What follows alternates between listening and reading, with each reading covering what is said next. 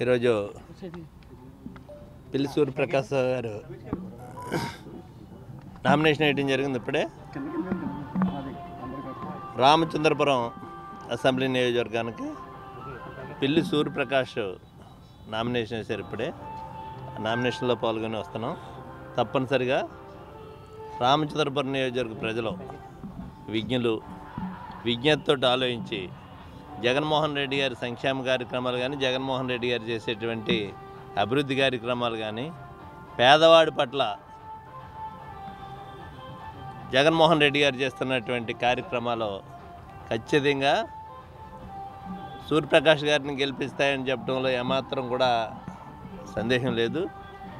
చాలా ఎక్కువ మెజార్టీతోటి సూర్యప్రకాష్ని గెలిపిస్తారు, 30,000 మెజార్టీతోటి ఈ నియోజకవర్గంలో. ఎందుకంటే రామచంద్రపురం నియోజకవర్గ ప్రజలు 4 సార్లు నన్ను ఆదరించినటువంటి రామచంద్రపురం నియోజకవర్గ ప్రజలు, అదేవిధంగా బోస్ గారిని కూడా 2 సార్లు గెలిపించారు, 3 సార్లు బోస్ గారు కూడా గెలిచారు. మరి ఈ పరిస్థితుల్లో ఎవరికి ఓటు వేయాలి? ఈ రామచంద్రపురం ఒకప్పుడు ఉండేటువంటి రామచంద్రపురం ఏ విధంగా ఉండేది, ఈరోజు రామచంద్రపురం డెవలప్మెంట్ ఏ విధంగా జరిగింది అనేటువంటిది ఒకసారి చూసుకుంటే మనకు చాలా స్పష్టంగా కనపడుతున్నటువంటి పరిస్థితులు. జగన్మోహన్ రెడ్డి గారు ఏదైతే చెప్తున్నాడో, నేను నమ్ముకున్నదే ప్రజల్ని, పైన దేవుడిని. చంద్రబాబు నాయుడు గారు నమ్ముకున్నదే పైన ఉన్నటువంటి, ఈయన పైన ఉన్నటువంటి దేవుడిని నమ్మాడు జగన్మోహన్ రెడ్డి గారు. ఆయన పైన ఉన్నటువంటి మోడీ గారు కాళ్ళు పట్టుకుని, లేకపోతే అదేవిధంగా పవన్ కళ్యాణ్ కాళ్ళు పట్టుకుని పొత్తులకు తెచ్చుకున్నాడు.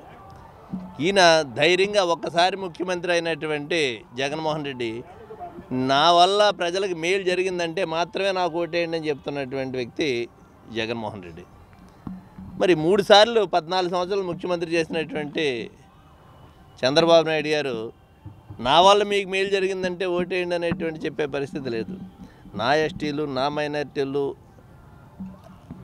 నా బీసీలు అనేటువంటిది జగన్మోహన్ రెడ్డి గారు చెప్తుంటే, ఇక్కడ ఆ రకంగా వీళ్ళు చెప్పగలుగుతున్నారా ఈ దేశంలో ఏ రాజకీయ నాయకుడేనని?